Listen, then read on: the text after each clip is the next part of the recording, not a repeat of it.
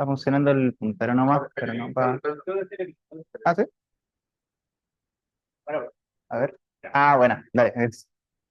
Bueno, sean todos muy bienvenidos a esta 10ª sesión del seminario de Magíster. Ya van quedando pocas. En esta ocasión vamos a tener tres expositores, ¿cierto? El primero de ellos, Lucas Villagrán, que nos va a hablar sobre algunos aspectos matemáticos de los modelos de difusión aplicados a la generación de imágenes. ¿Ya? Recuerda, Lucas, que son 15 minutos. Ya, perfecto. Muchas gracias por la presentación, Rodrigo. Bueno, primero que nada, muchas gracias por venir. El día de hoy les voy a contar lo que he estado trabajando en conjunto con el profesor Joaquín Pombo, respecto al tema de modelo de difusión. Para ello, vamos a pasar por tres principales contenidos, el cual vamos a dar contexto de cómo se generan estas imágenes y cuáles son algunos de los modelos que se ocupan, que son en este caso el modelo de flujo y modelo de difusión, que son de los más nuevos que se han estado aplicando. Y por último, voy a empezar a hablar lo que he estado desarrollando durante el desarrollo de mi tesis. Primero que nada, me gustaría comenzar con la frase de Jameson y la gente que hizo el primer paper de aplicar ecuaciones estocásticas a la generación de imágenes, donde dice que crear ruido desde la data es sencillo. Puedo tomar una imagen y puedo corromperla para llegar a un ruido gaussiano. Sin embargo, si es que quiero realizar el proceso inverso, que es desde el ruido poder generar datos, eso es lo que se le denomina modelos generativos. Por ejemplo, en esta imagen, una de las métodos que se ocupa, por ejemplo, para este tipo de modelos, es que tomo una imagen o un conjunto de imágenes y la voy corrompiendo. Voy llegando hasta tener un ruido gaussiano. Y la idea es poder invertir este proceso para volver desde este ruido para obtener una imagen que dentro de lo posible que se espera que sea nueva. Eh, lo que podemos considerar, como por ejemplo, si es que tengo una distribución de probabilidad, como en estos casos, que extraer una imagen, o sea, poder generar una imagen, es equivalente a poder considerar una distribución cualquiera y samplear un dato Z que va a ser una imagen. Lo que nos interesa es obtener o volver a esta distribución, que es desconocida, pero podemos considerar algunas imágenes, como por ejemplo samples, que podemos tener, o baches de información, que van a estar en esa distribución. Para ello vamos a generar un camino de probabilidad, que se define P sub t, que va a ser la interpolación entre dos medidas de probabilidad. La idea de esta es generar un camino entre una probabilidad inicial, por ejemplo una gaussiana, y llegar a la probabilidad, a la distribución de los datos. Para ello, y que es un poco más sencillo de poder construir, es el camino de probabilidad condicional, que consideramos una muestra cualquiera, que podemos considerar como proceso del entrenamiento incluso, un Z, y definimos el camino de probabilidad condicional de tal forma de que al inicio tenemos una distribución inicial y al final, en tiempo t, o en tiempo 1 si consideramos entre 0 y 1, como la delta en z, es decir, que llegue justo al dato que deseamos. La idea de esto es poder considerar una distribución inicial, por ejemplo una gaussiana que tenemos ahí, y una nube de puntos ampliados desde esa distribución. Lo que queremos construir es una forma de poder mover esos puntos a otro tipo de distribución, como por ejemplo la de la derecha. Para ello vamos a generar un flujo, que este sería un campo vectorial, que nos va a ir moviendo cada una de estas muestras a la distribución que está a la derecha. Bueno, de forma determinista, podemos hacerlo esto en base a un modelo de flujo, en el cual queremos que, si tenemos este XT, este proceso que queremos ir moviendo, podemos hacerlo en base a una EDO, como que cada paso va a ir referenciándose a este campo vectorial de aquí, que en ese caso el VT sería la dirección del movimiento, estas flechas de aquí. Y consideramos una condición inicial que vaya distribuyendo como esta probabilidad inicial. En la práctica se ocupa la gaussiana, dado que esto se puede ir trabajando de mejor forma, tanto para la distribución inicial como para el paso a paso que se va realizando en el proceso, que sería este camino condicional que generamos aquí. Sí. Este P sub t condicional se puede conocer en la práctica y permite obtener varias propiedades que son más fáciles de implementar.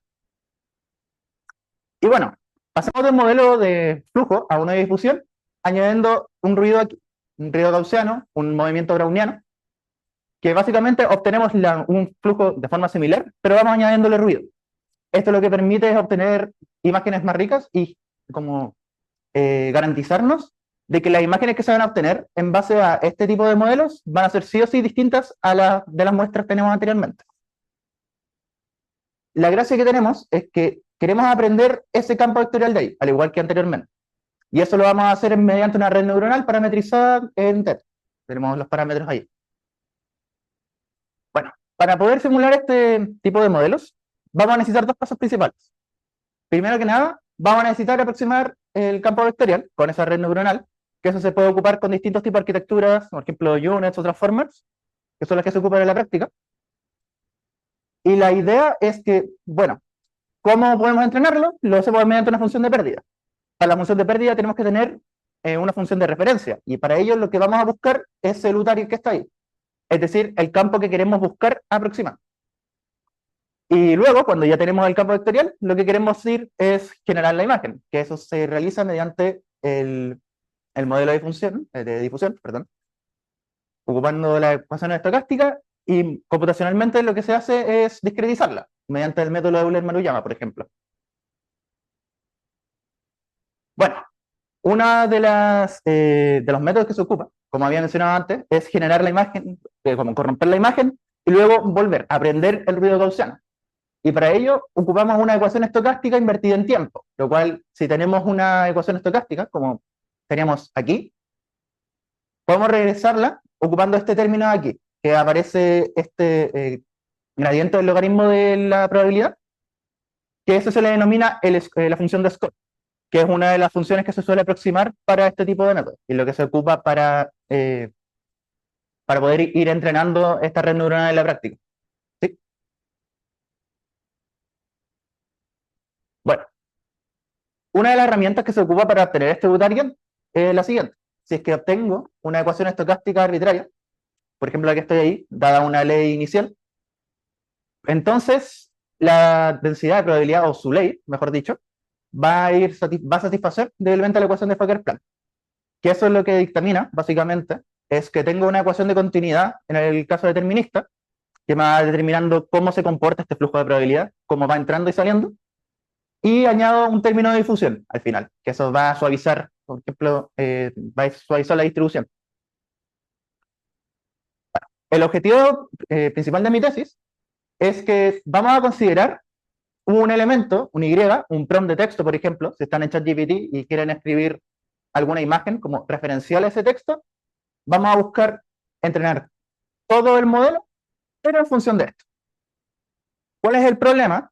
Es que si tenemos el modelo y lo entrenamos, si queremos realizar este proceso, habría que entrenar nuevamente la red neuronal, y eso resulta computacionalmente pesado. Por ende, podemos intentar guiar el proceso, guiar el entrenamiento, o sea, guiar el flujo, sin volver a reentrenar. Una forma que se suele hacer es la función de score condicional, separarla en dos partes. Obtener el score marginal, que es el que podemos haber entrenado en los pasos anteriores, y este término aquí, que es un término de verosimilitud, que se puede ir aproximando con algunos métodos, por ejemplo. Bueno, una de las formas que hacemos es mediante el teorema de Kirchhoff, que si tenemos dos medidas de probabilidad y una filtración, estas dos medidas se dicen absolutamente continuas si es que existe una derivada de Radon-Nikodym. Es decir, que pueda pasar de la esperanza de una medida a la hora. Bueno, podemos entonces decir que existe una martingala en Pegor, en P tilde, de tal forma que puedo construir una martingala en función de la otra. Existe una forma de obtener L en función de T, de hecho, y es la que se ocupa para que, si es que tengo una martingala en P, puedo construirme una martingala en P tilde. En particular, si es que puedo pasar de un P movimiento browniano a un P tilde movimiento browniano, si es el caso. Y esto lo que va a ocurrir es que nos va a generar un drift similar a este gradiente del logaritmo. Aquí, si es que podemos explicitarlo bien. Entonces, como había mencionado, queremos un P tilde, de tal forma de que si tengo una distribución de datos distinta a la distribución de datos de las imágenes, en este caso, y una función test, queremos encontrar esta f de aquí, que va a terminar siendo la derivada de Radon-Nikodym. Entonces, podemos llegar al siguiente teorema para como uno de los pasos para llegar a este método, es que si es que tengo una ecuación estocástica, que en este caso se dice que es una dinámica de Langevin con un drift, y una función acotada que sea derivable en tiempo y dos veces en espacio, que cumpla la siguiente EDP. Entonces la solución va a ser una martingala. ¿Y eso de qué nos va a servir? Que podemos ir aplicando, por ejemplo, integral de Ito y otros métodos para poder llegar a una proposición de la siguiente forma, como por ejemplo la H transformada de Dubh. Lo que hacemos aquí, de forma generalizada, es que si yo tengo una IDE de este estilo, donde cada método va a distribuir con cierta ley en ese tiempo, en un tiempo final, va a existir un proceso que va a estar definido en otra ley, de tal forma que yo puedo obtener una ecuación estocástica de similar forma, pero agregando este gradiente que está aquí, que es el drift del que estaba hablando anteriormente. Y dentro de todo lo que estoy haciendo en mi tesis es revisar este proceso e ir como desarrollando claramente cuál es la idea detrás de aquí.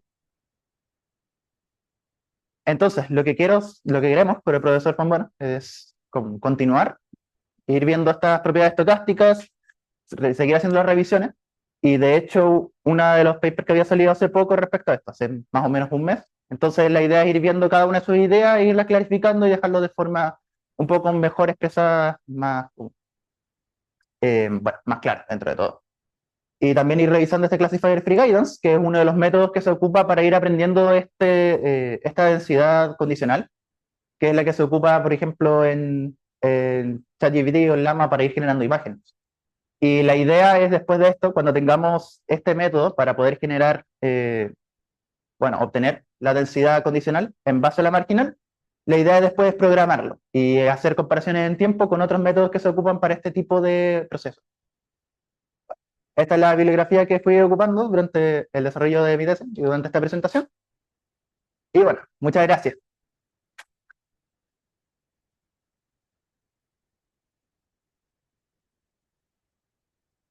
Gracias, Lucas, por tu presentación. Estuvo muy interesante. Ahora abrimos el espacio a dudas. Hola Lucas, ¿Mm? gracias por la presentación. Tengo una duda en un momento de una SDI, como que hablas de que una cuestión en ley, o sea, por acá, Ujú. satisface débilmente la ecuación de abajo, ¿cierto? Exacto.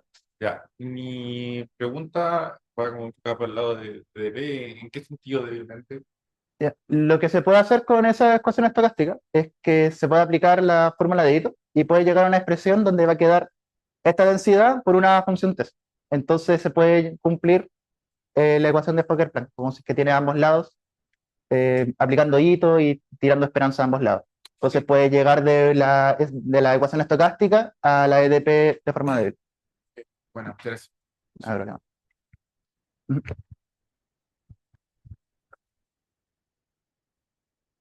Gracias por la presentación, Lucas, estuvo muy buena. Tengo una duda, como un par de días más adelante, Ujú. tú tenés como un logaritmo de que el x dado y una cosa así, o los perros.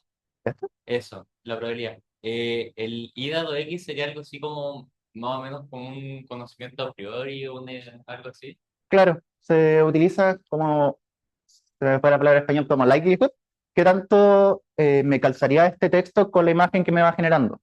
Entonces, lo que había repasado es que esto aquí se puede ir generando con otros métodos, y Classifier Guidance lo que hace es que te genera una distribución distinta, parametrizada por un gamma, de tal forma de que es una combinación exponencial entre estas dos, entre la condicional y el X. Entonces puede quedar en función de la otra y eso se puede ir aproximando un poco más. Ya, vale. Muchas gracias. No hay problema.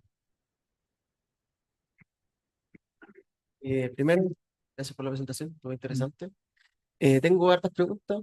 La primera es, cuando toman la EDO, entiendo que la EDE cuando toman una condición inicial como una variable aleatoria tiene sentido, pero si tomáis la EDO, ¿en qué sentido está ahí?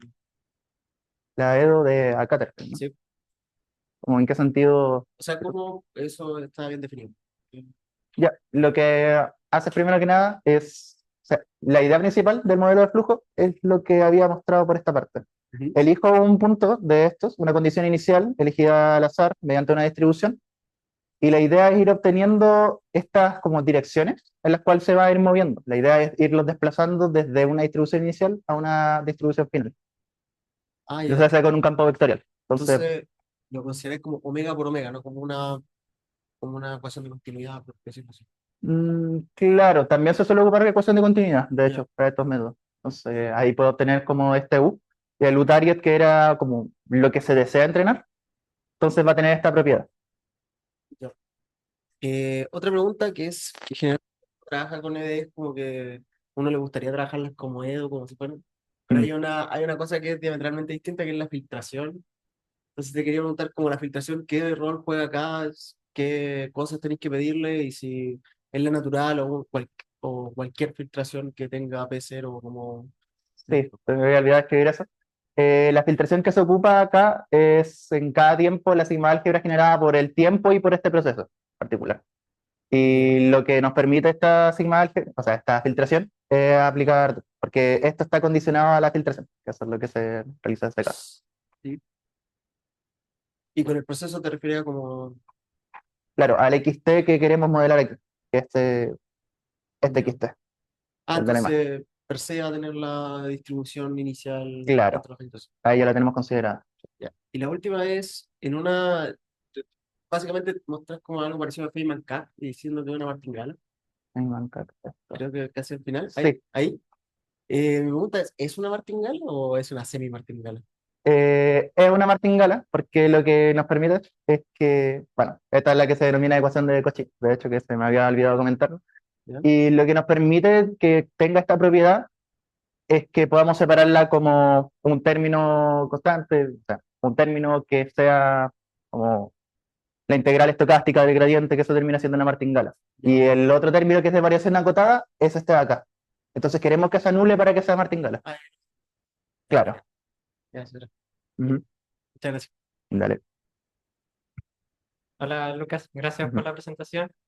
Eh, Solo mi duda es como, esto que tú estás estudiando es como las herramientas más novedosas o del último momento. Mm. ¿Estas como que se aplican en los programas como ChatGPT o todavía no están implementadas como tan generalmente?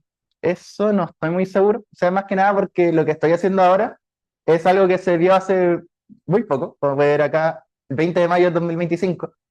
Entonces, no es algo que por ahora se haya implementado. Quizás futuros modelos se utilice para, porque de hecho en este mismo paper se demostró que este modelo, llamado DEFT, funciona un poco más rápido que los modelos que se ocupan anteriormente, como el Classifier Guidance. Ujú. Gracias. Dale.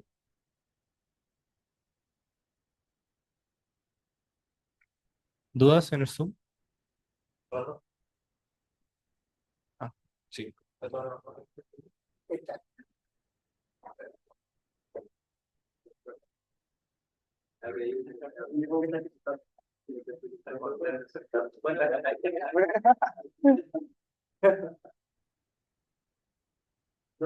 Disculpa la que significa.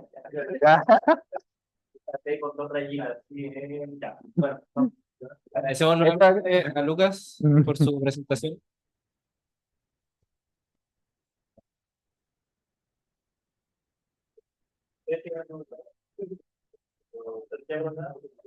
Ah, gracias. Ah, verdad.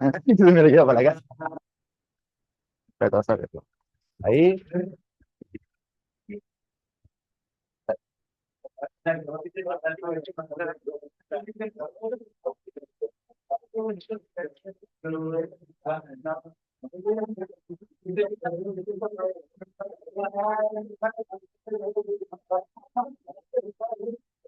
Ah, Pero ya va a cambiar la.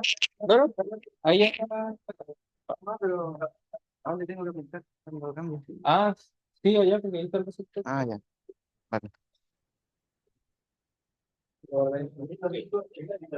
¿Ahí está bien o lo estoy tapando? Vale. Recuerda con 15 minutos para que te queden seguidos. Ya.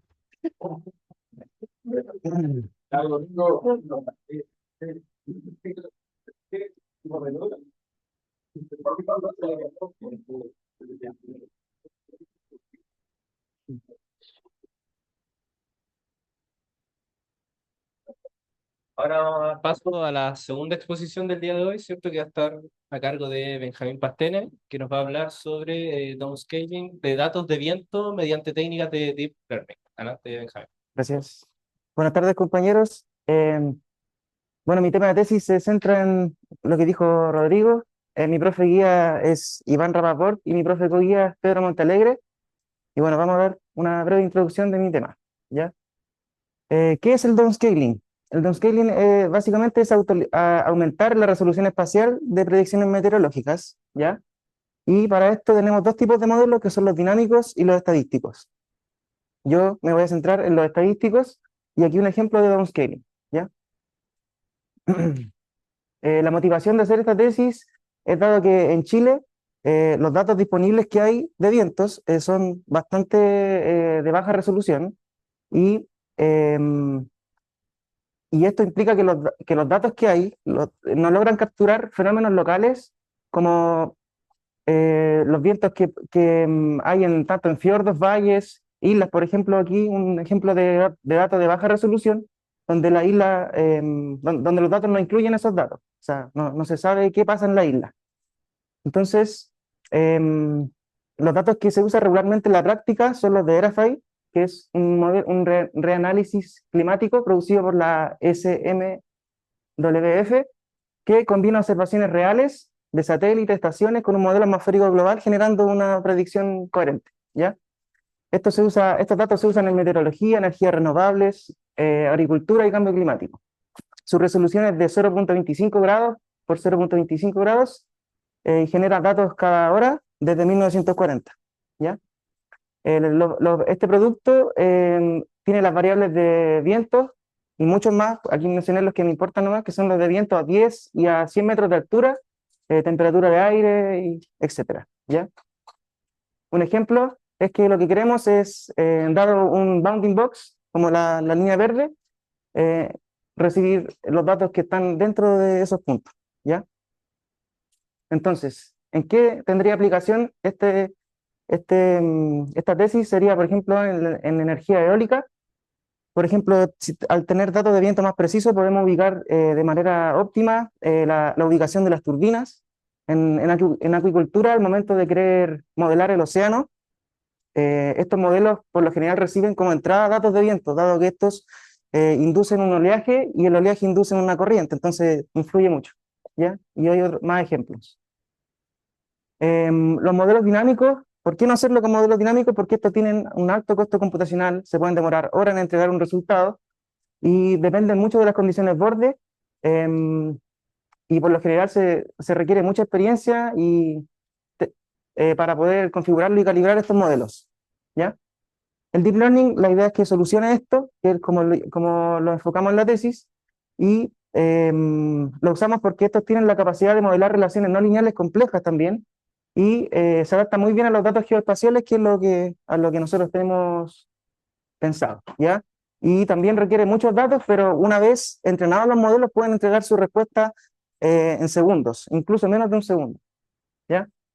Vamos a ver una red, voy a pasar un poquito de teoría de redes, ¿ya? Las redes neuronales están inspiradas en el funcionamiento de las neuronas en el cerebro humano, y el objetivo es, bueno, la base de la red neuronal reside en la conexión de múltiples unidades que se llaman neuronas, y el objetivo de esta es aproximar una función objetivo, y para esto se define, bueno, la red en sí define un mapeo que es dado un dato y los parámetros que tiene el modelo entrega una solución. Entonces, la red neuronal, la idea es que durante su entrenamiento estos parámetros sean calculados para que se aproxime con un menor error posible la función objetivo, ¿ya? Lo bueno de esto es que se pueden entrenar con datos crudos, es decir, no se requiere trabajar los datos antes de dárselo, no se requiere el Future Engineering, que como se conoce, que es seleccionar, transformar o sacar como las características importantes de los datos. Esto lo aprende solo la red, ¿ya? Un ejemplo básico es esta red de 3 capas, que es la red de entrada, la red oculta, o sea, perdón, la capa de entrada, la capa oculta y la capa de salida, ¿ya? ¿Y cómo fluye la información aquí? Es que recibo números en la entrada, tengo una matriz de pesos que van a representar las conexiones entre las neuronas. Esto es un ejemplo de una red fully connected, que es cuando una neurona se conecta a todas las neuronas de la siguiente capa, ¿ya? Y primero recibe la entrada, lo multiplica por W, le suma un bias, y así sucesivamente hasta producir la salida ahí, ¿ya?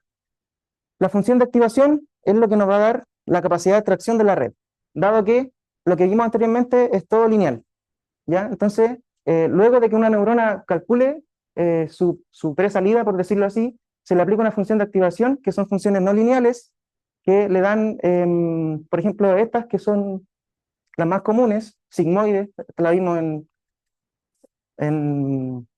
bueno, no importa. Y la idea de esto es flexibilizar el modelo, ¿ya? Para que aprenda cosas más complejas. Aquí un ejemplo, aquí calcula primero la salida y luego le aplica la función de activación y luego esa es la salida para la siguiente capa, ¿ya? Este teorema, que es el teorema de aproximación universal, nos dice que con solo una capa, para cualquier función de objetivo razonable, podemos aumentar el número de neuronas y podemos aproximar esa función decentemente. Y este mismo teorema está el símil para profundidad arbitraria, que es cuando tenemos hartas capas de profundidad, ¿ya? Pero hay que tener cuidado con esto porque si ponemos muchas neuronas y solo una capa, podemos estar aproximando bien una función, pero al momento de probar la red con datos de afuera del entrenamiento, generen una mala respuesta. Entonces ocurre el overfitting. Por esto la necesidad de hacer arquitecturas más complejas, como por ejemplo esta, ¿ya? Más capas, más neuronas por capa, y eso. La unidad de output es la que define, bueno, se define, depende del problema que queramos resolver, ¿ya? Y eso. La función de costo, que es con la cual nosotros vamos a ir entrenando la red, regularmente se usa mínimos cuadrados, pero no es la única que se usa, lo ideal es usar más. Y bueno, la que se usa más es la conocida como cross entropy loss, que se define como optimizar la log verosimilitud negativa, minimizándola. Luego, y la forma de esta función objetivo va a estar definida por la unidad de output, que depende del problema que nosotros queramos resolver, ¿ya? Hay distintas unidades de output, como una lineal, sigmoidal, que se usa para clasificación binaria, o softmax, que es la que se usa para problemas de clasificación multiclase, ¿ya? ¿Cómo se entrena una red? Bueno, el algoritmo para hacer que la información fluya desde la entrada hacia la salida es forward propagation, que es básicamente lo que les expliqué delante, cómo se hacían los productos, luego se le aplica la función de activación, que sería F, y luego se le pasa a la siguiente capa. Para hacer que la información fluya de vuelta, se ocupa backward propagation, ¿ya?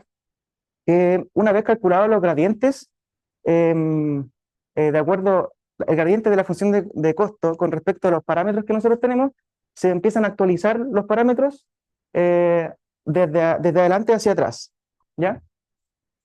Algo importante es que las redes, por lo general, se le entregan la entrada, o sea, se les da la entrada en pequeños lotes llamados mini batch, y estos son para aprovechar al máximo la optimización de operaciones entre matrices, ¿ya? Que ofrecen las GPU, ¿ya? Entonces, de esta manera también podemos tener una convergencia más uniforme del gradiente estocástico.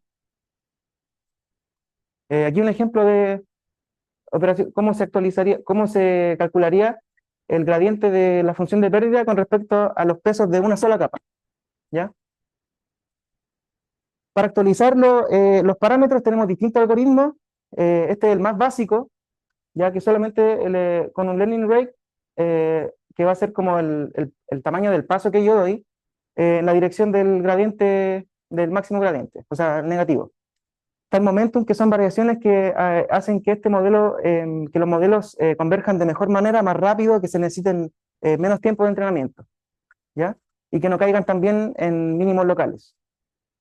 Adam es una combinación de los modelos de distintos algoritmos, como el momentum y RMSPROC, que son el más usado y da bastante buenos resultados, ¿ya? El overfitting sucede cuando nosotros entrenamos el modelo muchas épocas y ocurre que el error disminuye en el entrenamiento, pero comienza a aumentar en los datos de validación, ¿ya? Y eso es lo que no queremos que pase. Eh, bueno, hay distintos tipos de inicialización de los parámetros. Cuando nosotros no consideramos la arquitectura de la red, puede provocar distintos fenómenos como el vanishing gradient, que es cuando los valores de la salida de las capas son muy pequeños y por ende los gradientes también van a ser pequeños y la red no aprende, se demora mucho en aprender. Entonces, para eso vienen estos dos tipos de inicialización que consideran el número de neuronas con las que se conecta en la capa anterior, por ejemplo, y de esa forma evitamos el vanishing gradient y eso. La KMG es como la más moderna y la que más se usa ahora.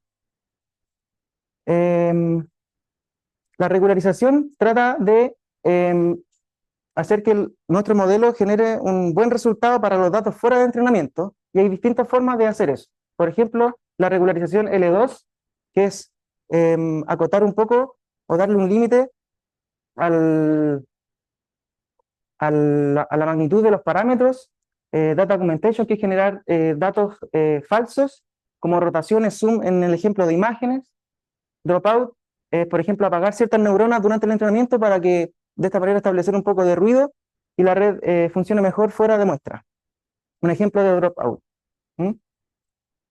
Otra forma de regularizar el modelo es parar el momento justo en cuando empieza a crecer el error de validación. ¿Ya? Eso lo que vimos recién eran redes neuronales, las más básicas, las conocidas como fully connected, y las convolucionales consisten en lo siguiente, ¿ya? Están diseñadas para procesar datos de tipología grilla, 1D o 2D, y su esencia está en la convolución, donde X va a ser la entrada, W va a ser el kernel, y la salida de la capa va a ser S de T, ¿ya? Los parámetros del modelo, ahora en vez de ser los pesos de las matrices, como les mencionaba antes en el ejemplo anterior, van a ser los kernels. Bueno, como estamos en dimensión discreta, se ve así, y en la práctica se usa cross correlation, que se le llama convolución al momento de implementar estas redes, y se ve de esta forma. ¿Ya? Como ejemplo aquí, tenemos una entrada de 4x4, un kernel de 3x3, y este produce con un strike 1, que es como el paso que yo doy en la entrada, y produce una salida de 2, por ejemplo. Y fijémonos que aquí son 9 parámetros, y antes, para poder tener todas esas conexiones, teníamos que, por ejemplo, estirar esta imagen, que tendríamos la capa inicial de 16, y la siguiente sería de 4, y seríamos 16 por 4 parámetros que aprender, pero aquí solo aprendemos 9. Entonces, de esta forma, disminuimos los parámetros. Aquí, por ejemplo, con padding, de esta forma, el padding se usa generalmente para no disminuir la dimensión de la entrada y mantenernos con las dimensiones. ¿Ya? Aquí más ejemplos. Ojo que aquí estamos viendo como una imagen, pero pueden ser múltiples capas, y el kernel tiene que tener la misma dimensión, como muestra aquí. Tenemos entrada de una imagen RGB, ¿ya? El filtro tiene que ser también de dimensión 3 y produce una salida de una capa, ¿ya? Entonces, si queremos más capas, tenemos que poner más filtros. Si tengo 5 filtros, voy a producir 5 capas de salida, ¿ya? Esto, no voy a pasarme eso. También hay funciones de activación, estas son las más conocidas para el ámbito de trabajo con imágenes. Esa es la capa de activación. Hay capas de pooling, que básicamente es obtener el máximo de ciertas zonas de la entrada. El upsampling, que es el proceso inverso de convolución, que es como aumentar la dimensión de la entrada. Batch normalization, que normaliza los valores, y el dropout, que apaga ciertas secciones de la entrada, igual que en el anterior. La arquitectura UNet es un tipo de red convolucional, o sea, de red convolucional, sí, propuesta en el año 2015, ¿ya? Y es la que yo voy a usar en mi tesis, la que estoy haciendo ahora. Bueno, fue inicialmente propuesta para trabajos biomédicos, y esta es la estructura más o menos, ¿ya? Cada bloque de estos consiste, por ejemplo, de una convolución y luego una función de activación, ¿ya? Esto permite, bueno, en el ámbito en que se publicó esto, era en segmentación de imágenes biomédicas y genera un resultado de este tipo, ¿ya? La red que estoy implementando en este momento es esta, que es una UNet adaptada al problema de downscaling, que se entrena en distintos dominios para mejorar su precisión. Recibe de entrada la magnitud del viento y sus componentes en 4 niveles de altura, y para que la red aprenda a adaptar los datos de baja resolución a alta resolución, se le da las variables geofísicas, que son como la orografía del terreno, se lo damos en alta resolución. Entonces, de esta manera, la red aprende eso y entrega la salida, que sería la magnitud del viento, ¿ya? Estas son las capas que se usan en la red, que son como los que le mencioné antes. Este es un proceso de procesamiento de los datos previo a entrar a UNet, y luego se le entrega esto. Se le llama UNet por la forma que tiene una fase que extrae el contexto de la imagen y luego la vuelve a expandir para volver a obtener datos precisos, que son los que queremos obtener, ¿ya? Un ejemplo de las métricas que usan son el índice de similitud estructural. Aquí un ejemplo de cómo funciona, y también usan la raíz del error cuadrático medio, y vamos a comparar, bueno, estos son variantes del algoritmo de la red. Yo me voy a centrar en esta red, que básicamente no interpolar los datos antes de pasárselo, y se compara con hacer una interpolación bilineal, y se ve que mejora mucho la precisión con respecto a esa, simplemente interpolando, y la métrica de índice de similitud estructural se crece mucho más con respecto a esta, que sería solamente interpolando, ¿ya? Un ejemplo de estos dos, esta sería la salida de la red, y este es solo interpolando. Sí. El objetivo de la tesis es, bueno, primero voy a definir el transfer learning, que es una técnica donde un modelo entrenado con un conjunto grande de datos, la idea es nosotros poder usarlo en otro tipo de datos.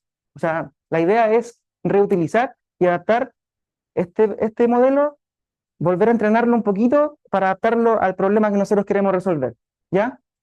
Esto permite adaptar, por ejemplo, modelos entrenados, por ejemplo, en Asia, Europa o Canadá, calibrarlos para poder usarlos en Chile, ¿ya? Y esto reduce el costo de entrenamiento, dado que los modelos ya vienen entrenados y nosotros tenemos que entrenarlos solo un poco y no desde cero, y esto mejora también la precisión local.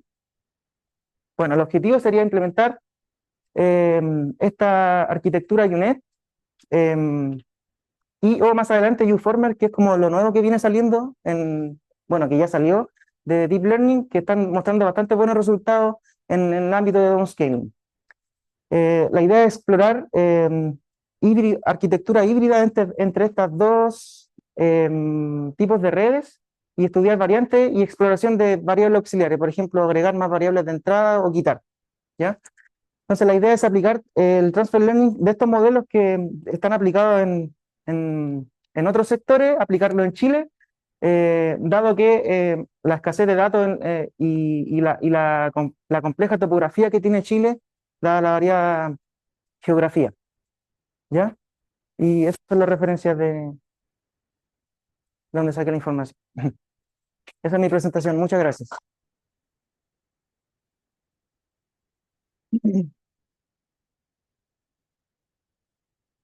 Gracias también por la presentación. Abrimos el espacio a dudas.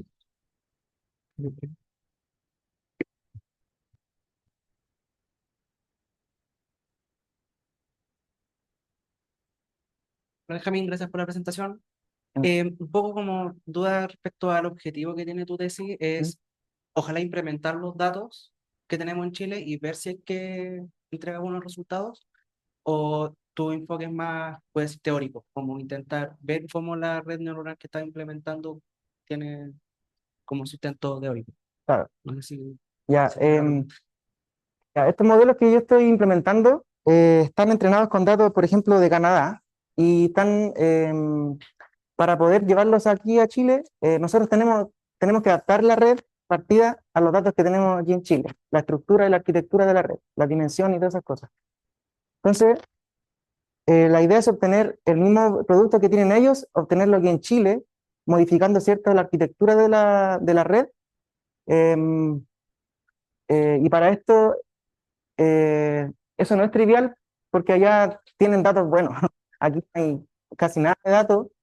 De hecho, esa es como la motivación de la tesis, por tener un producto igual como en los países desarrollados, que tener datos de viento, que se viene bastante complejo ahora, por ejemplo, con el tema de los tornados que están empezando a llegar. La idea es tener un dato, o sea, igual tiene una fase experimental, ¿ya? Pero la teoría es la misma de siempre, sino que ir haciendo variaciones para ver cómo adaptar esos modelos aquí a Chile. Ya, igual, como ¿Mm? mi pregunta en realidad es la siguiente, es, una vez ya tienes los resultados de la implementación, ¿Mm? ¿cómo sabes que son buenos? Pues, Ah, ya. ¿cuál es el Ese, criterio que estás usando para decir que esto está bien hecho? Así. claro, en la etapa de Transfer Learning, nosotros tenemos que tener datos de baja y de alta resolución también para poder entrenar el modelo y ver que esté haciendo la pega bien. Ya, los datos de alta resolución los voy a obtener mediante modelos dinámicos, ¿ya? Con eso vamos a entrenar la red y vamos a poder comparar eh, cómo son los resultados. No sé si se me entiende. A ver. Creo que sí, o sea, procesar los datos desde un punto de vista más dinámica, ¿no? No, no, no. Con Es punto de vista que teórico dinámico. al momento de entrenar la red aquí en Chile, voy a necesitar datos de baja y alta resolución. Los de baja ya los tenemos, pero los de alta no. Ya, Entonces, los vamos a obtener con modelos dinámicos y de esa forma vamos a poder evaluar el modelo Ya. y la precisión que tiene con respecto a modelos dinámicos. excelente, sí. Eso. Ya, gracias.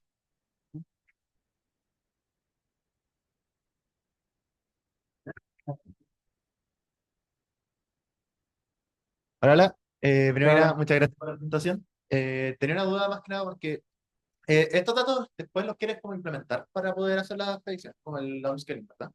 Entonces quería consultarte más o menos respecto a la arquitectura que vas a ocupar. ¿Mm? Como qué diferencia tiene esta UNet y la Transform, que es la que estaba hablando al final, que igual ¿Sí? tengo que ocuparlas para la red que ocupo. Eso te va a Ah, preguntar, bueno. pero y más o menos como, ¿qué se diferencia y cuál planeas ocupar? En las U-Transformer no lo he investigado mucho, pero sé que usa un mecanismo distinto de atención. No lo he investigado mucho, pero usa ese mecanismo que es distinto. Y la idea, claro, es investigar cómo hacer un híbrido, ojalá de las dos, o, em, claro, más de exploración y ver cuál es la que mejor funciona con los datos que nosotros tenemos aquí en Chile. Ya, Eso. perfecto. Dale, Pero gracias. eso.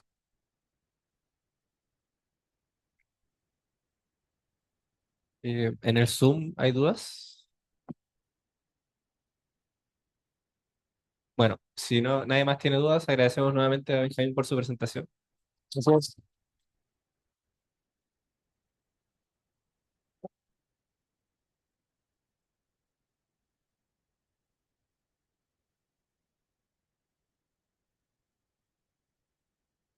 ¿Cuál de las dudas?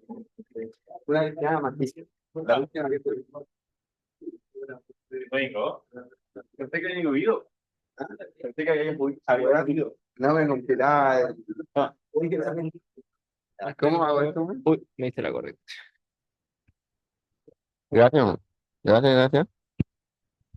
¿Y esto me lo tengo que llevar? No, eso fue lo consigo.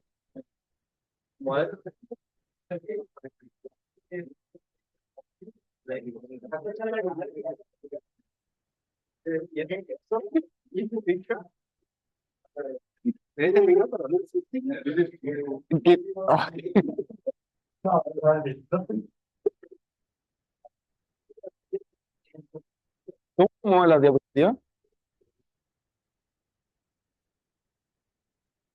Em, puedo- a ver, Paso a la última exposición del día de hoy, que va a estar a cargo de Domingo Ruiz, que nos va a hablar sobre embedding arbitrary Boolean circuits into fungal automata with arbitrary non-trivial update sequences. Adelante, Domingo. hola, ¿cómo están? Soy Domingo y hoy día les voy a presentar lo que yo hice en el Magíster. un poco de contexto, este trabajo que hice con Eric Goles y Martín, lo partí antes de entrar al magíster, ¿ya? Lo partí el año pasado y lo terminamos al principio de este año, entonces, además, aprovechando de que el contexto creo que es bastante fácil y me van a poder entender, les voy a presentar los resultados, ya que yo creo que está muy bien que los cabros hayan dado el contexto, pero este contexto es bastante simple, así que espero que me sigan con los resultados, ¿ya? Bien. Esa es la tabla de contenidos y vamos a partir. Entonces, primero, un autómata celular es un tipo de sistema dinámico finito que en general se define en un grafo, ¿ya? Entonces, es un grafo que tiene configuraciones en cada uno de sus nodos, cada nodo tiene un valor y se va actualizando, ¿ya? La gracia del autómata celular es que la regla de actualización, a pesar de que sea global, es decir, agarra el grafo y actualiza todos los vértices a la vez, se puede definir de manera local. ¿Qué quiere decir? Yo puedo definir un radio y yo, a partir de un nodo, su configuración y la de sus vecinos, puedo obtener cuál va a ser su configuración en el estado siguiente, ¿ya? En particular, yo me voy a interesar en los autómatas celulares que se definen en el plano de los enteros, ¿ya? Entonces, yo no voy a trabajar con un grafo, voy a trabajar con la grilla bidimensional, ¿ya? Que también es un grafo, ¿ya? Porque yo puedo definir que cada nodo es los cuadraditos y sus vecinos son sus adyacencias, ¿ya? Yo voy a trabajar con la vecindad de von Neumann, que significa que la vecindad de cada nodo es arriba, abajo, izquierda, derecha, ¿ya? Un autómata celular, en particular el que a mí me interesa, es tipo de autómata de pila de arena, ¿ya? Que es un autómata celular que, como se define ahí, todos los nodos o todos los valores en la grilla, perdón, todas las células, las celdas, tienen un entero, y si es que una celda tiene un valor mayor que 4 se derrumba. ¿Qué quiere decir eso? Que le pasa 1 a todos sus vecinos y pierde 4, ¿ya? Este es el autómata de pila de arena. Entonces, uno puede definir, a pesar de que esta definición estoy refiriendo a ella como que un autómata le pasa a sus vecinos, se puede definir como una regla local donde cada celda se actualiza según esta regla. Entonces, tiene un valor y pierde 4 si es que su valor era, porque le da 1 a todos sus vecinos y gana 1 por todos los vecinos que tenían valor mayor que 4, ¿ya? Entonces, por ejemplo, si yo tengo esta herida de acá, el 4 se va a derrumbar y le va pasando 1 a todos sus vecinos y se va transfiriendo de esa forma, ¿ya? Es una dinámica muy simple, ¿ya? Eso es en general lo que nos interesa. Es muy simple por dos cosas, porque toma valores enteros y porque depende solamente de sus vecinos, ¿ya? Eso es más o menos lo que va a dar la simpleza. Otra característica que la hace muy simple es que es conservativa. ¿Qué significa eso? Que si yo sumo los valores de toda la grilla, estas se mantienen, ¿ya? Y una tercera cosa que la hace simple, a mi parecer, aunque no sé si entra en la definición de simpleza de estas personas, es que hay muchas configuraciones que son estables, ¿ya? ¿Qué quiere decir eso? Si yo tengo una configuración con puros valores menores a 4, la dinámica no se va a mover, ¿ya? Y eso es una propiedad muy importante para todo lo que queremos. Entonces, en particular, si aquí no hubiese ni un cuadro, no pasaría nada, ¿ya? Bien. Lo que se estudia sobre estos autómatas es el problema de predicción. ¿Qué quiere decir eso? Yo te doy una grilla, te doy una celda en particular y te pregunto, en un tiempo t que también viene en el input, ¿esa celda va a cambiar de valor o va a obtener algún grano? Ese es el problema de predicción en los autómatas, ¿ya? En el de tipo SandPile. En particular, el problema de predicción del autómata SandPile no se sabe dónde está, ¿ya? ¿Qué quiero decir con que no se sabe dónde está? El problema claramente está en P, ya claramente es polinomial, porque yo lo único que tengo que hacer para en tiempo polinomial determinar si es que el problema de predicción se satisface es agarrar la configuración y simularla por una cantidad polinomial de pasos que viene en el input, que es el T. Entonces está trivialmente en P todos los problemas de predicción de autómatas. Lo que no se sabe es si son eficientemente paralelizables, que está en NC, que es una clase más chica que P, ¿ya? Entonces el problema de predicción del SandPile no se sabe si es P completo o es NC, es eficientemente paralelizable. Esta dinámica se puede fácilmente generalizar a varias dimensiones. Ya, yo puedo trabajar con el autómata SandPile en 3 dimensiones, en 4 dimensiones, en 1 dimensión. Lo único que tengo que hacer es, en vez de trabajar en el plano de los enteros, trabajo en el hipercubo de los enteros o no sé cómo se llama, ¿ya? Donde si es que una celda tiene valor mayor que depende de la cantidad de dimensiones, le pasa 1 a todos sus vecinos en las dimensiones, ¿ya? El problema de SandPile en dimensiones mayores o iguales que 3 es P completo, ya es difícil. El problema de SandPile en una dimensión es fácil, es NC. En 2 dimensiones es donde no se sabe, ¿ya? Bien, entonces lo que se le ocurrió al profe y a Eric es modificar el automata SandPile a una modificación que se llama fungal, que es lo mismo, solamente que en ciertas iteraciones el autómata no le pasa 1 a todos sus vecinos, sino que le pasa 1 a sus vecinos verticales y a sus vecinos horizontales, alternando según la secuencia que se le da como, no se le da como input, que está predicho, ¿ya? Entonces, tenemos dos tipos de actualizaciones. Tenemos una actualización horizontal, donde si el valor es mayor que 4, se podría definir como 2, pero da igual. Donde si el valor es mayor que 4, pierde 2, porque le suma 1 a sus vecinos, y gana 1 por cada uno de sus vecinos, que en este caso son 2, porque solamente le considero los vecinos horizontales, ¿ya? Entonces, por ejemplo, de la misma forma se define el problema de predicción. En este caso, la secuencia de actualización va a venir dada por una palabra Z. Entonces yo voy a decir que, dada una palabra Z, voy recorriendo la palabra, y si es que la palabra es, por ejemplo, bueno, mejor les voy a dar un ejemplo. No hay un ejemplo. Bueno, da igual. Si la palabra es Z, si la palabra fuese en puras H, se actualiza todo el rato con puras transiciones horizontales. Si la palabra fuese HB, se transicionaría horizontalmente, después una vez verticalmente, y así secuencialmente. Ya va iterando. Importante que la palabra Z no viene como input, ya eso va a ser importante después en la demostración de la complejidad. ¿Bien?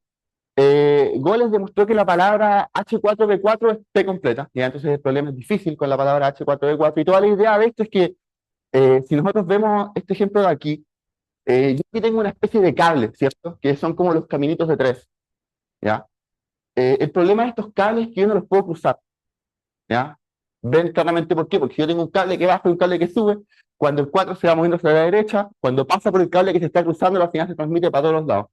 Entonces no hay una forma evidente de cruzar cables, ¿ya? Si yo trabajo con H4B4, sí hay una forma evidente de cruzar cables, porque las transiciones H solamente se mueven originalmente y da suficiente tiempo señal para atravesar el cable vertical. Y después, siendo un poco ordenado y coordinando bien las señales, yo puedo cruzar los cables sin ningún problema, ¿ya? Me refiero a cables, y ¿por qué me interesa cables? Porque para demostrar que este problema esté completo, yo voy a reducir el Circuit Value Problem, ¿ya? Que es, después le hablo de eso. Modanes en 2022 demostró que la palabra más chica posible, que es HB, es P completa. Entonces, si yo alterno HB, el problema es P completo. Pues lo que demostré yo es que cualquier palabra es P completo, ¿ya? Ya, yo también con los profes, ya, bien. Pero, pero bien. ¿Cómo demuestro que una cuestión es P completa? Demostrando que yo puedo imbuir un circuito en esta dinámica, ¿ya? Un problema P completo clásico es el problema de evaluación de circuitos, ¿ya? Lo voy a anotar porque me falló el overlay, pero si yo tengo un circuito booleano, es una especie de grafo que tiene nodos, em, que se llaman inputs, que vienen con 1, 0, 1, ¿ya? Y nodos gadget, o no sé exactamente cómo se llaman, que se evalúan según la fórmula lógica que está acá, ¿ya? Entonces, por ejemplo, este circuito, ¿cuál es el? Este con un nodo me da un 1, este 1 con el nodo me da 0, este 1 con el 0 y el i me da 0. El output del circuito es 0, ¿ya? Este es un problema P completo, entonces la forma de demostrar que este problema de predicción es P completo es inyectando los circuitos en la dinámica, ya que en un lenguaje de complejidad sería reducir el problema del CDP a el problema de predicción. ¿Cómo lo hago? ¿Cuánto yo? Ya, bien. ¿Cómo lo hago? Vamos a definir algunas cosas. Entonces, vamos a tomarnos una palabra, la palabra no viene en el input, ya, vamos a una palabra fija, no vamos a tomar una palabra que esté en HB estrella, falta una estrella, es una palabra que viene en HB, ¿ya? Vamos a asumir que la palabra es no trivial. ¿Por qué? Si la palabra fuese trivial, fuese puras H, el problema de predicción en 2 dimensiones con puras H es exactamente igual que el problema en una dimensión. Porque si quiero predecir qué es lo que le pasa a esta celda, solamente va a depender de sus vecinos horizontales. Entonces es lo mismo que trabajar en una dimensión, y trabajar en una dimensión tal en ese, ¿ya? Entonces el problema se trabaja para palabras que sean no triviales, ¿ya? Voy a llamar que un ciclo es una ocurrencia entera de la palabra hasta que se vuelva a repetir. Voy a decir que en una configuración, una celda que tiene valor mayor que 4 es una señal, y las señales son volátiles, se mueven, ¿ya? Y nuestro principal objetivo va a ser definir cables y bits que van a ser variables 0, 1 que se muevan por el circuito, ¿ya? Este circuito es fácil. Como vimos anteriormente, el problema era cruzar señales, ¿ya? Entonces uno podría pensar, uno tiende a pensar, oye, pero ¿qué pasa si el circuito es planar? ya ese circuito no cruza cables. El problema de predecir un circuito, o sea, el problema de imbuir un circuito planar en la dinámica del Fungal Automata es fácil. Incluso en el SandPile Automata es fácil imbuir circuitos planares a la dinámica. ¿Cuál es el problema? Que el problema de predicción de circuitos planares también es NC. Y el problema general de circuitos no es NC. Entonces uno no espera poder, no espera obtener algo muy importante de reducir el problema al caso de circuitos planares. ¿Ya? Porque el problema de los circuitos planares es muy fácil y a nosotros nos interesa el problema general. ¿Ya? Entonces, este circuito es cómodo porque no se cruzan los cables, pero yo fácilmente podría trabajar un circuito de este estilo. No sé, ya ahí tú me decís, ya, pero reordena las cosas para que no se crucen. No siempre voy a poder reordenarlo para que no se crucen, ¿ya? En este caso yo podría pasar el cero para acá abajo y estos dos, no sé, quizás no se pueda, pero da igual, en general no se puede, ¿ya? Bueno, voy a definir para una palabra Z, la grilla lo voy a dividir en bloques, que van a tener altura, la cantidad de transiciones verticales, y de anchura la cantidad de transiciones horizontales. Ya voy a decir dos partes importantes de los bloques que van a ser la parte positiva del bloque y la parte negativa del bloque. ¿Ya? Y lo más importante de la reducción va a ser estas estructuras que yo llamo puentes que van a permitir mover las señales desde las secciones positivas de un bloque y tener, acá, ya, bien. Entonces, si yo tengo, por ejemplo, dos bloques, yo puedo mover las señales de la parte positiva de un bloque a la parte negativa del bloque, haciendo un caminito que siga las transiciones de la secuencia de actualización, ¿cierto? Si yo tengo una secuencia de actualización que es HB, entonces yo puedo construir ese bloque, ese puentecito de ahí, y la señal se va a ir moviendo como yo quiero hasta la parte positiva del bloque, ¿ya? Entonces yo lo que puedo hacer con estos puentes es mover señales desde la parte positiva de un bloque a la parte positiva de otro bloque. Mover señales de la parte positiva de un bloque a la parte negativa de un bloque no es trivial y no es necesario. Y eso es lo más importante. No necesitamos mover señales positivas a señales negativas. En general, hablar de polaridad de una señal no tiene sentido porque todas las señales son celdas que tienen valores mayores que 4. En general, una señal por sí sola no tiene polaridad, ¿ya? Pero yo me voy a referir como señal positiva a las señales que en un principio del ciclo están en la parte positiva de un bloque y como señal negativa a las señales que al principio del ciclo parten en la parte negativa. Las señales que al principio del ciclo no están en ninguna de estas dos partes, las voy a llamar señales descoordinadas, ¿ya? Las señales descoordinadas las voy a revelar después, pero en principio pueden significar un problema, ¿ya? Después se demuestra que no son un problema. Bueno, después con suficientes puentes yo puedo mover todas las señales que yo quiera, ¿ya? Solamente con una pequeña restricción y es que los puentes no tengan bloques adyacentes de este estilo. ¿Por qué eso es un problema? Porque las señales pueden saltar de este puente a este puente, ¿ya? Y pensar, oye, pero da igual, yo quiero llegar a este punto, pero no me da igual porque la construcción del circuito sensible al tiempo, ya tiene que tener cierta coordinación. Y si que las señales se saltan puentes, se pierde la coordinación. La coordinación es muy importante en esta construcción. En este circuito la coordinación no me importa, ¿ya?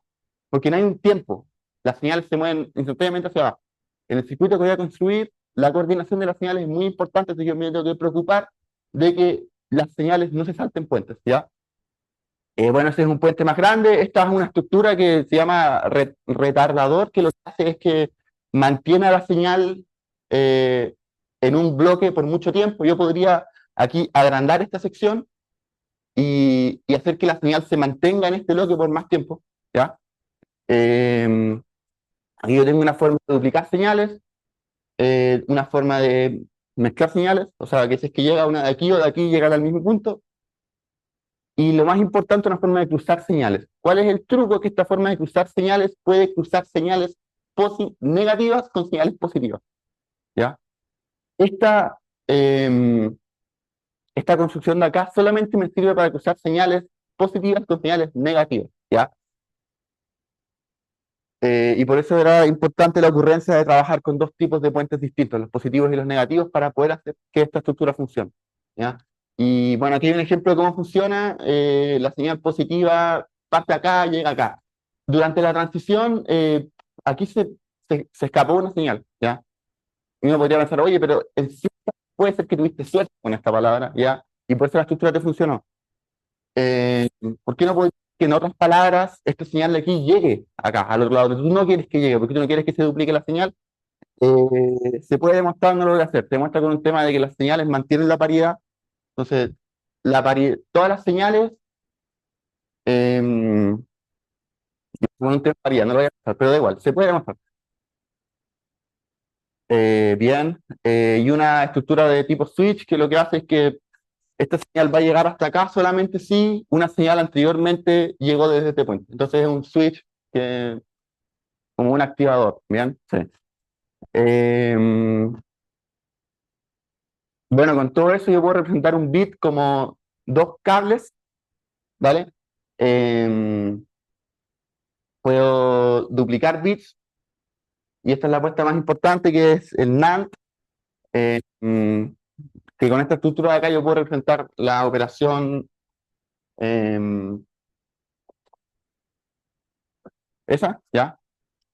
Con esa operación yo puedo representar la operación XOR, y con el XOR yo puedo cruzar cables, ¿ya? Que entonces si llega un bit X, pues, y puede llegar para arriba.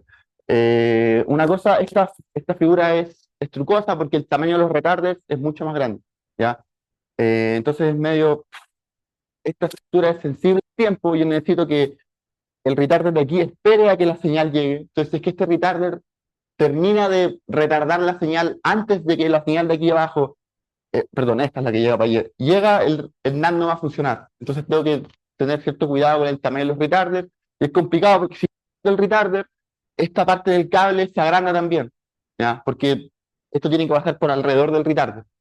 Entonces lo que tengo que hacer es, para demostrar que eso funciona, yo me doy cuenta que como está hecho el retarder, por un crecimiento lineal, el retardo que yo puedo conseguir es cuadrático, ¿ya? Entonces, con cierto cuidado puedo construir todas las NAND para que se coordinen, ya, pero con harto cuidado. Eso debe ser de lo más difícil. La construcción general del circuito, asumir sin pérdida de generalidad que la palabra parte, lo puedo asumir porque si la palabra parte con B, estos puntos empiezan ya, un segundo. Si yo tengo la palabra BHB, si yo empiezo a iterar BHB, a partir de este punto, empieza a ser una palabra que parte con H y termina con B. Entonces lo único que tengo que hacer es comerme la primera iteración vertical. ¿Y cómo lo hago? Le agrego al principio que todas las señales parten más arriba, por con la nueva palabra. Y bueno, future work, que em, quizás lo vaya haciendo, pero vamos a ver, es seguir trabajando con composiciones de autómatas celulares, porque esencialmente esto lo que era trabajar con la composición de un autómata celular. Eran dos autómatas celulares distintos y ver qué pasaba si yo los componía. Las actualizaciones H eran NC, las B eran NC, pero si yo las componía me quedaba algo que era P completo. Entonces aumentaba la dificultad. Si podría ser interesante hacer eso, podría. O quizás seguir estudiando el Sandpile, pero con este trabajo la idea es que tener una idea mejor de cómo trabajar el Sandpile, que era el problema original. Eso, gracias por su atención.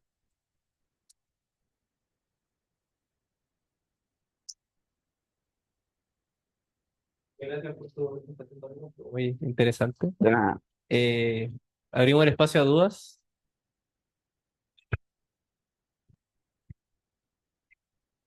Primero, muchas gracias, Domingo. Muy buena presentación. Gracias, gracias. Tengo dos preguntas, una como más simple y la otra no tanto. Dale. Circuito planar, ¿a qué te refieres? Un circuito, porque un circuito es un grafo, donde tú definís los inputs y el output. Entonces, cuando el grafo subyacente es planar, ya. La predicción es... sí. Lo otro, ¿cuál es como el interés para estudiar esto? Como en qué objetos como más grandes se encuentran los autómatas fungales, que es algo Mira, interesante saber la simpleza o complejidad de este tipo de sistemas. el objetivo principal era estudiar el autómata Sandpile, que ese es un problema que se estudió harto y no se sabe respuesta. Entonces, ese era el objetivo. En realidad era trabajar con una modificación del Sandpile y ojalá con este resultado eventualmente que a alguien se le ocurra. Sí, porque quizá esta dinámica ya es más parecida al Sandpile, entonces quizá uno podría pensar en una reducción del Sandpile a, a cierta palabra, ¿no? Tener que todas las palabras estén completas te puede dar eh, ciertas nociones. Ya. Eh, Eso mismo, entonces, Sample, ¿tenéis como algún ejemplo, quizás, ¿no? de como qué estructura más cotidiana, entre tantas comillas, se pilla el Sample, como qué cosa puedo moderar por Sample o algo así? o sea, es que eso es lo que no se sabe, porque el Sandpile en 3 dimensiones tú puedes modelar todo en el Sandpile, en una dimensión no puedes modelar casi nada, y en 2 dimensiones no se sabe qué es lo que puedes modelar. Pero ¿dónde cae? ¿Dónde cae? Eso. Ahora, si tu pregunta es ¿dónde yo puedo usar que Sandpile esté completo? No sé. Esa no sé.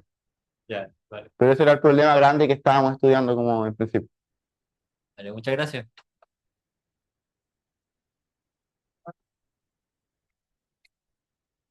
Hola Domingo, Hola, muy interesante tu presentación. gracias. Consulta, Dime. primero, tengo entendido que la palabra en el fungal tiene que ser finita. Sí. ¿Hay comportamiento interesante cuando consideras palabras cada vez más largas y Eh, más complejas, puede decir, es decir, que no sean fome, no periódicas y que tengan más desorden? ya mira, el caso del periódico no se ha... Lo único que sé sobre eso es un paper de unos indios que hicieron una cosa por el estilo, que están los problemas de predicción para dinámicas no periódicas, pero no hacían casi nada, es algo bien nuevo. Y no lo leí, en realidad. Vi el abstract, vi lo que intentaban demostrar, pero probaban propiedades dinámicas de los autómatas, porque los autómatas también se estudian desde sistemas dinámicos. Sí. Entonces intentaban probar propiedades dinámicas de las dinámicas donde se actualizaban por una secuencia cualquiera. En cuanto al problema de predicción, para dinámicas que no sean periódicas, eh, no sé, no sabría cómo trabajarlo. Creo que tendría que ver con, si no es periódico, tendría que empezar a estudiar propiedades de la función y creo que dependiendo de qué tan complicada sea la función, uno podría pensar en qué tan complicado va a ser predecir el problema. ¿Qué función? Porque, perdón, yo hablo de una función que en el tiempo t, si tú tenías, por ejemplo, 3 reglas de transición, F1, F2, F3, en este caso tenía dos, tenía la H y la B. ¿Ya? Estudiar una dinámica eh, no periódica tendría que venir con una función phi de t que te dé F1, F2, F3, que te diga en el tiempo t cómo vaya a transicionar. Ya, o sea, yo igual estaba pensando en, por ejemplo, una palabra finita, pero absurdamente larga, Ah, ya. donde el H y el B estén combinados, que no sea, por ejemplo, puro H y después puro B. Ah, ya. En general, palabras más largas es más fácil de trabajar, Ya. al menos con la reducción que hice yo, porque si tú tienes una palabra muy larga, los bloques te quedan muy grandes, entonces no tenéis problemas como este. El de que los cables se descoordinen, no Ya. tenéis problemas porque los bloques son tan grandes que las estructuras quedan muy separadas entre sí. Ok, Entonces te podéis aprovechar de eso para demostrar más fácilmente que las cosas no interfieren entre ellas. Porque el problema, la dificultad de esto era que las estructuras podían interferir entre ellas y romper el circuito. Algo que no mencioné es que todo este circuito no es reevaluable. Después de que corre la señal, queda la cagada y no lo puedes poder usar. Pero no te interesa. ¿Ya? Ya. Y en general te gustaría que quede la cagada después de que pase la señal, no antes, y con palabras más grandes es más fácil asegurar eso. ya, perfecto. Ya, muchas gracias. Presentación, Domingo. Yo tenía una duda. ¿Vale? Dar de nuevo la definición del problema de predicción de las fungales.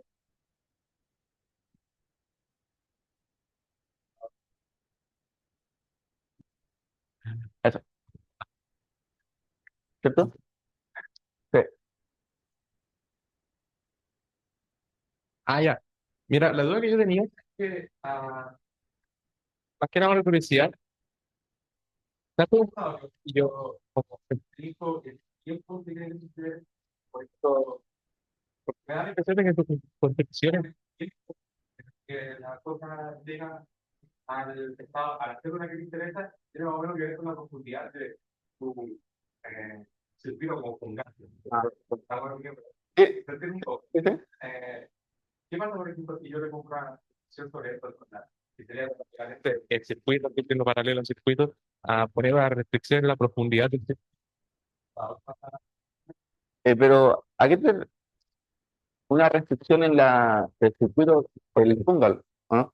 Es un problema, pero el tiempo, yo te pido que o sea, sea más chico que un logaritmo de parte del. No me lo he preguntado, la verdad. Estoy pensando si... mm,